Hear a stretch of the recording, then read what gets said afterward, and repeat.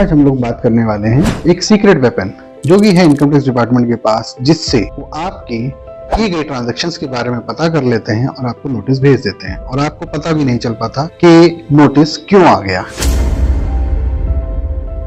तो चलिए शुरू करते हैं। सेक्शन 285 कैपिटल बी ये करता क्या है, इसकी हिस्ट्री क्या है। ये बेसिकली शुरू होता है 2003-4 में, लॉन्च होता है, 4-5 से एप्लीकेबल हुआ। तब इसका नाम हुआ करता था AIR, annual information return. But तब ये दिक्कत क्या आती थी कि ये बहुत लिमिटेड स्कोप के साथ लॉन्च किया गया था, यानी सिर्फ बैंक्स ही आपकी ट्रांजैक्शंस को रिपोर्ट करते थे।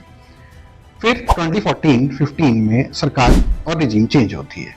सरकार और रिजीम चेंज हुई, उन्होंने इसका स्कोप बढ़ा दिया और इसका नाम नया कर दिया। उसका नाम क्या था? SFT, शॉर्ट में कहा गया SFT, यानी स्टेटमेंट ऑफ फाइनेंशियल ट्रांजैक्शंस।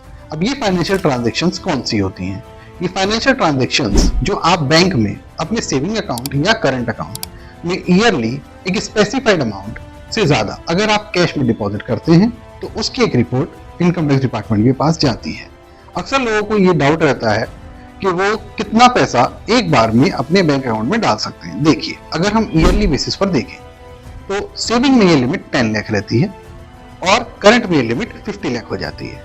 साथ ही साथ अगर आप म्यूचुअल फंड में इन्वेस्ट कर रहे हैं तो भी ये लिमिट 10 लाख रहेगी। अगर आप क्रेडिट कार्ड की पेमेंट कर रहे हैं, यानी जो पेमेंट आपको क्रेडिट कार्ड के लिए करनी है, वो पेमेंट अगर आप करते हैं कैश में, ठीक है, और ये सभी ईयरली बेसिस पर हैं, तो 1 लाख, तो ये लिमिट्स आपको ध्यान में रखनी है। अगर आप आगे फ्यूचर में कभी भी ऐसी कोई ट्रांजैक्शन कर रहे हैं तो याद रखिएगा कि ये रिपोर्ट इनकम टैक्स डिपार्टमेंट को जाएगी और इनकम टैक्स डिपार्टमेंट अकॉर्डिंगली अपना एक्शन लेगा।